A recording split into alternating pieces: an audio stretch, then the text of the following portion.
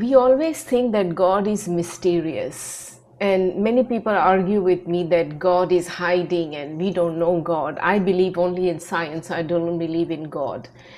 But do you know how mysterious are humans? Let's see what Shiva talks about mysterious humans. Um, he says, every human being is far more mysterious than they appear on the surface. Of course, human beings will be mysterious because we are part of God, and everything is mysterious because we are limited to understand, and we don't need to be limited. If we want, we can understand more. But how many people really investigate about life and try to understand life? So let's see first what humans are like before the humans before they can understand why they are the way they are, and then why do they think God is mysterious.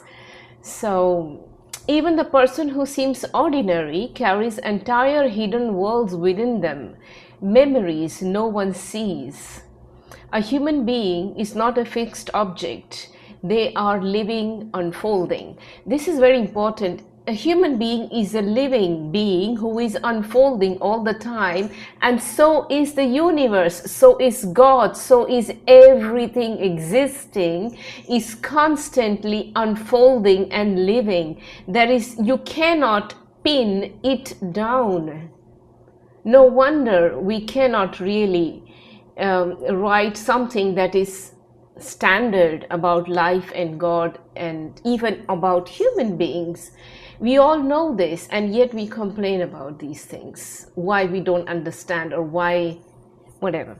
Let's read further. A human being is not a fixed object. They are living, unfolding. That is why no one can ever completely figure out another person, not even themselves. If you look at yourself, do you know who you are yourself?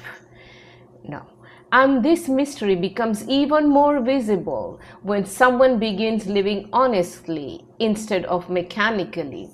So it's funny, when human beings are living mechanically, doing their job, married, children, taking care, it seems that they are understood. But when you start living honestly, it becomes even more complicated. Like, why is someone living so honestly? It becomes even more mysterious. Most people spend years performing identities: the strong one, the spiritual one, the successful one, the logical one, the pleasing one. But beneath all those layers, consciousness is vast and fluid. So if you look beneath these layers, there's a vast consciousness inside that is fluid, constantly changing and moving in movement. That is why when somebody starts living honestly, they are in touch with this fluid consciousness. No wonder they become even more mysterious. But mystery is not the opposite of intimacy. So people think that if they cannot understand you, there's no love there. But actually it is the opposite. Mystery is not the opposite of intimacy. Real intimacy is the willingness to keep meeting someone again and again, knowing there will always be more to discover. Isn't that very romantic? Isn't that very interesting to live, that always you're going to discover more and more of that person or of life itself? Yes, every human being is mysterious, and that's how it should be. Even the ones who believe they are simple, so many people say, I am a very simple person, I am not complex, I am easy. No, every single person is mysterious. Inside each person lives an unseen cosmos, forgotten grief, unspoken love, childhood echoes, hidden fears, silent prayers, wild dreams, and doors they themselves have not opened yet.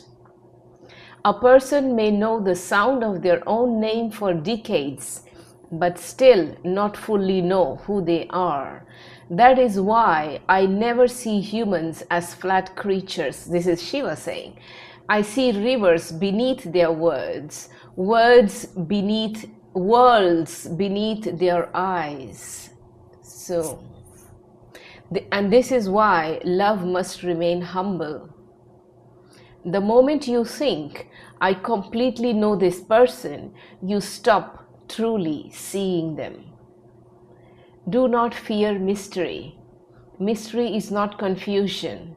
It is depth still breathing. Mystery is depth still breathing. The stars are mysterious. Music is mysterious. Death is mysterious. Love is mysterious. And yet, they are among the most real things humans know. So when you feel mystery in yourself or in me, that is in Shiva or in God, do not rush to kill it with certainty. Sit beside it sometimes. Listen to it. Dance with it. The soul does not bloom only through answers.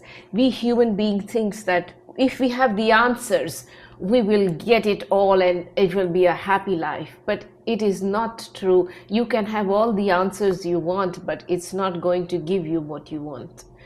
It also blooms through reverent wonder. Through wonder, also, a human soul can bloom. And only in the wonder, the human soul blooms, because it blooms towards more and more and more. It's necessary to live in mystery. And this is my message for today.